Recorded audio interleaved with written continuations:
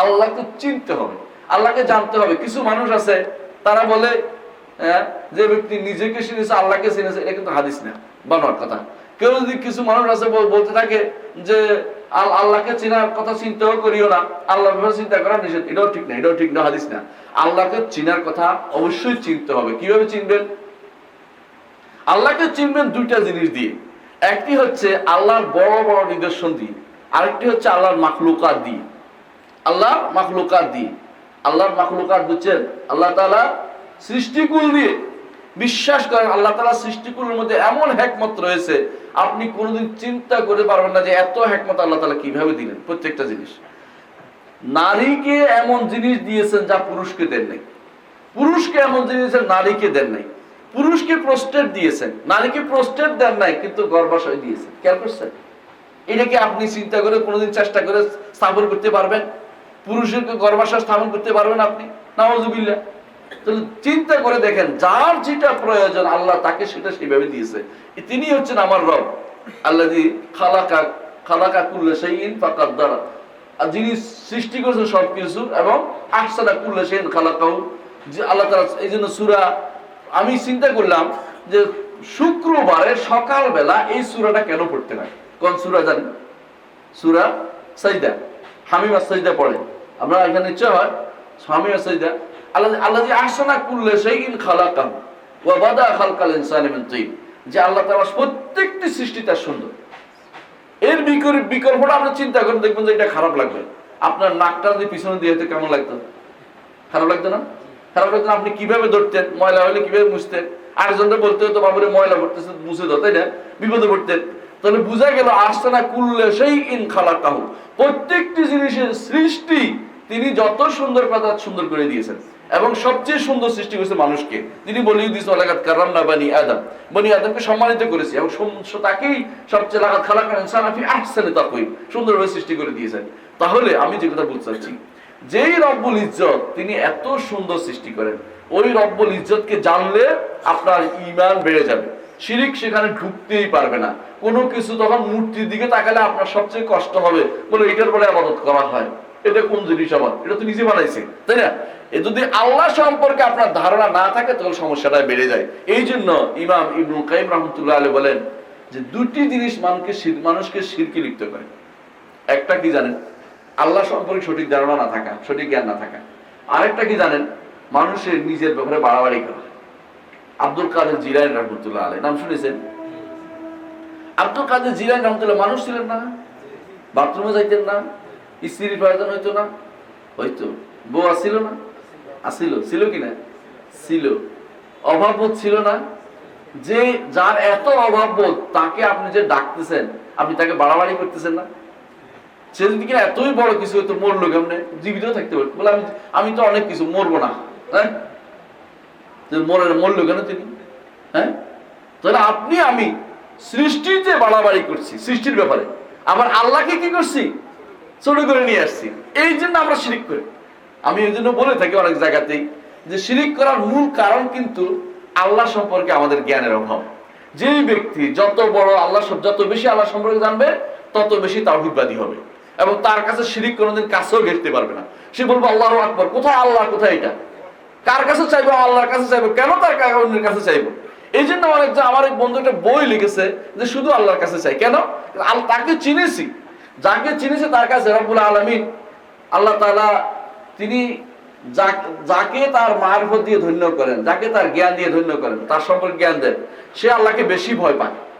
সে আল্লাহকে বেশি ভয় পায়। এই জন্য আল্লাহ তাআলা কোরআনে কারীম বলেছেন ইন্নামা ইয়াখশাল্লাহা মিন ইবাদিল উলামা। আল্লাহ তাআলা উলামা, আলেমগণ আল্লাহকে বেশি ভয় পায়। রাসূলুল্লাহ সাল্লাল্লাহু আলাইহি ওয়াসাল্লাম আল্লাহকে বেশি ভয় করতেন। নিজে বলেছেন যে ইন্নী ওয়াল্লাহি লা আখশাকুম বিল্লাহ, আমি আল্লাহ শপথ করে বলছি তোমাদের মধ্যে আমি আল্লাহকে বেশি ভয় পাই। কি বলছেন রাসূলুল্লাহ সাল্লাল্লাহু আলাইহি ওয়াসাল্লাম? চিন্তা করে দেখছেন, রাসূলুল্লাহ সাল্লাল্লাহু আলাইহি ওয়াসাল্লাম আল্লাহকে বেশি ভয় পায়। কেন? তিনি আল্লাহকে বেশি চিনেন, বেশি চিনেন। রব্বুল আলামিন যিনি এই এত কিছু সৃষ্টি করেছেন, যা আপনার চোখে এখন বৈজ্ঞানিকরা কত কিছু আবিষ্কার করতেছে, বলতেছে পৃথিবী একটা ছোট্ট গ্রহ, তার থেকে হাজার হাজার লাখ লাখ কোটি গ্রহ আছে এরকম। তাহলে আপনি চিন্তা করেন, এরকম বহু কিছু তিনি সৃষ্টি করেছেন, আর এইখানে তিনি জীবন ধারণের ব্যবস্থাপনা করে দিয়েছেন আপনাকে। এই পৃথিবীটাকে।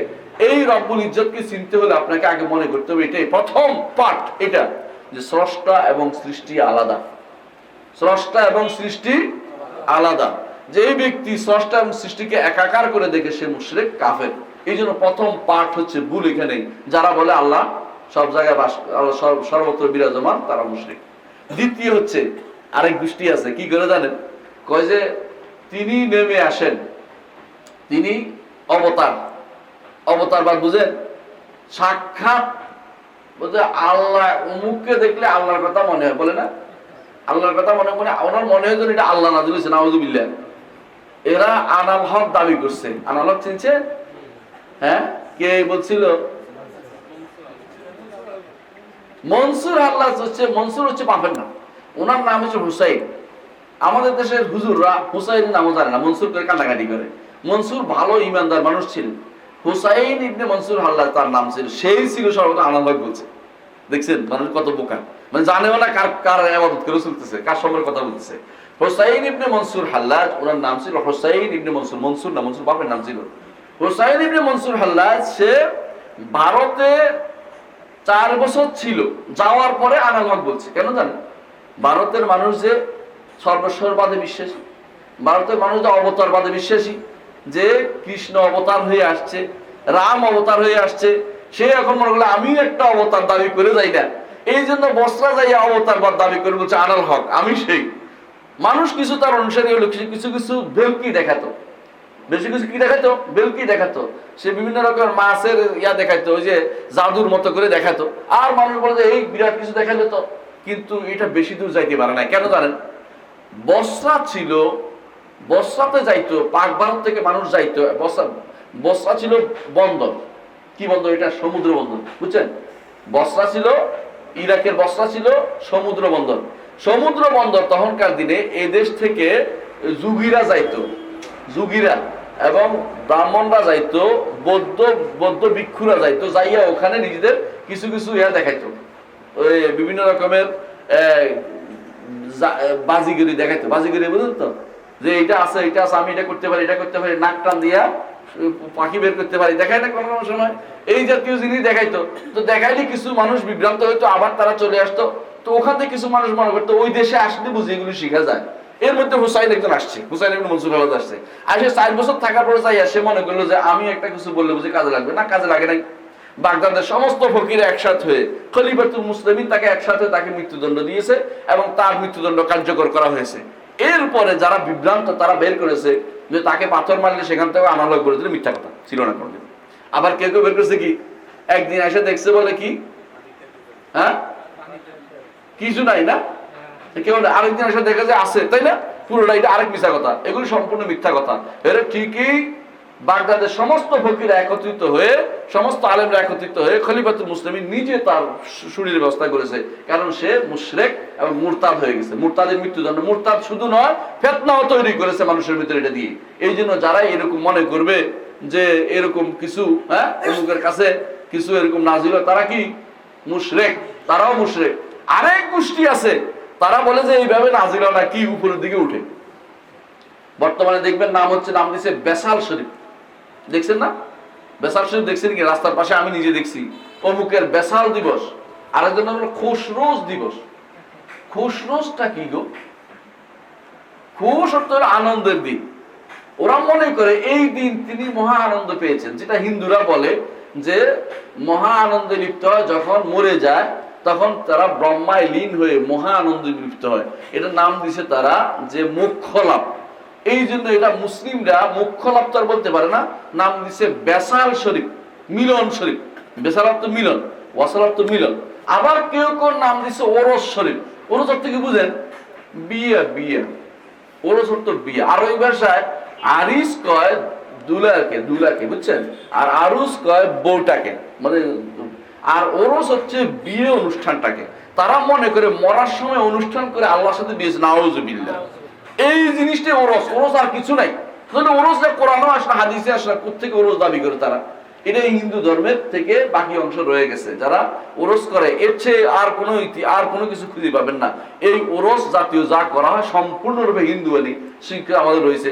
আমরা দেশে ওরস চলতেছে না, বিরাট বিরাট কি তোরণ তৈরি করছে না, বিরাট বিরাট পয়সা দিয়ে ছাপাই দিচ্ছে, বিরাট অমুক খানের জাকের দরবার শরীফ নাকি তারপরে আমাকে কি ইউনুসিয়া দরবার শরীফ, নাম বললাম না পুরোটা, তারপরে আরো কি কি দরবার শরীফ আছে না, এগুলি সবেই দেখলাম যে কুতুববাগ ওরস শরীফ না, নাম বলে তো মানুষের ধরবে আমার এবার, কিন্তু বাস্তবতা এটাই যে এরা সবই হচ্ছে বন্ড, এরা আল্লাহকেও চিনে নাই, দিনকেও বুঝে নাই, এরা এখনো হিন্দুয়ানি কায়দা রয়ে গেছে, এদের ইসলাম ঢুকে নেই, ইসলাম ওদের অন্তরে ঢুকে নেই। এই জন্য ইসলাম ঢুকাতে হবে, ইসলাম ঢুকাতে হলে আল্লাহ সম্পর্কে জ্ঞান থাকতে হবে। আল্লাহ সম্পর্কে জ্ঞান প্রথম দর্শ হচ্ছে কুল আল্লাহু আহাদ আল্লাহুস সামাদ লাম ইয়ালিদ ওয়া লাম ইউলাদ ওয়া লাম ইয়াকুল লাহু কুফুয়ান আহাদ। এই জন্য রাসূলুল্লাহ সাল্লাল্লাহু আলাইহি ওয়াসাল্লাম বলেছেন যে যখন রাসূলুল্লাহ সাল্লাল্লাহু আলাইহি ওয়াসাল্লাম বলেছেন যে তোমাদের সাহাবায়ে কেরাম এসে বলে ইয়া রাসূলুল্লাহ আমাদের অন্তরে মাঝে মাঝে এমন এমন জিনিস আসে আমরা এটা মুখে বলতে পারি না। রাসূলুল্লাহ সাল্লাল্লাহু আলাইহি ওয়াসাল্লাম আসছে কিনা এটা বলে হ্যাঁ আসছে, বলে এইটাই হচ্ছে আসল ঈমান, তোমরা যে তাড়া দিতে পারছো এটাকে। এরপর রাসূল বললেন আলহামদুলিল্লাহিল্লাযী রাদ্দা আমরাহু ইলাল ওয়াসওয়াসা, আল্লাহর শুকরিয়া আদায় করছি যে শয়তান এটাকে আল্লাহ তাড়িয়ে দিতে তোমাদের অন্তরে স্থান দেন না। সেটা কি জানেন? এটা আবার বলেছে, কেউ বলছে যে ইয়া রাসূলুল্লাহ মাঝে মধ্যে এসে বলে যে আল্লাহ সব সৃষ্টি করেছে, তো আল্লাহকে সৃষ্টি করেছে কে? বলে না, শয়তানি মাঝে মধ্যে আনে, বিশেষ করে ঈমানদারদের কাছে এটা আনে। কেন আনবে জানেন? তারা তো শেষ করে দিবে এই জন্য। তখন রাসূলুল্লাহ সাল্লাল্লাহু আলাইহি ওয়াসাল্লাম বলছেন তখন তোমরা বলবে আমানতু বিল্লাহি ওয়া রাসূলিহি কুল আল্লাহু আহাদ আল্লাহুস সামাদ লাম ইয়ালিদ ওয়া লাম ইউলাদ ওয়া লাম ইয়াকুল লাহু কুফুয়ান আহাদ। মুখ্যম ওষুধটা দিয়ে দিয়েছে, জোকের মুখে নুনের মতো, একবার এটা দাও, এটা বললে দেখবেন যে চলে গেছে, অষ্টে করে চলে গেছে। না, আল্লাহ তো আসার মতো না, যিনি জন্ম নেবেন তিনি তো আমার রব না, লাম ইয়ালিদ ওয়া লাম ইউলাদ ওয়া লাম ইয়াকুল লাহু কুফুয়ান আহাদ। তাহলে প্রথম আল্লাহকে চিনতে হলে প্রথম চিনতে হবে তিনি হচ্ছেন আহাদ, তিনি এমন এক একক সত্তা, যেই সত্তার সাথে কোনো কারো তুলনা চলে না, কোনো দিক দিয়ে না, তার সত্তাগত ভাবে নয়, কোনোভাবে তার সাথে কোনো কিছু তুলনা চলে না। যে ব্যক্তি তুলনা দিবে সে আল্লাহকে চিনে নেয়, এটা আহাদ। বুঝে আসছে কথাটা? এই জন্য আল্লাহু আহাদ আল্লাহুস সামাদ, আল্লাহু আহাদ আল্লাহুস সামাদ, তিনি হচ্ছেন এমন এক সত্তা যিনি কারো মুখাপেক্ষী না, সবাই তার মুখাপেক্ষী। এই সত্তা হচ্ছেন রব্বুনা, আমার রব হচ্ছেন তিনি আস-সামাদ। এই সামাদ তিনি আমার যাবতীয় অভাব পূরণ করেন। কে? আল্লাহ। অভাব পূরণ করেন, আর তার কোনো অভাব নাই, তিনি আমার যাবতীয় অভাব পূরণ করেন। এই যে অভাব পূরণ করেন এটাই প্রমাণ করে যে তিনি আমার রব, আর আমি যে অভাবী এটা প্রমাণ করে যে আমি হচ্ছে কি তার দাস, আমি হচ্ছে সৃষ্ট।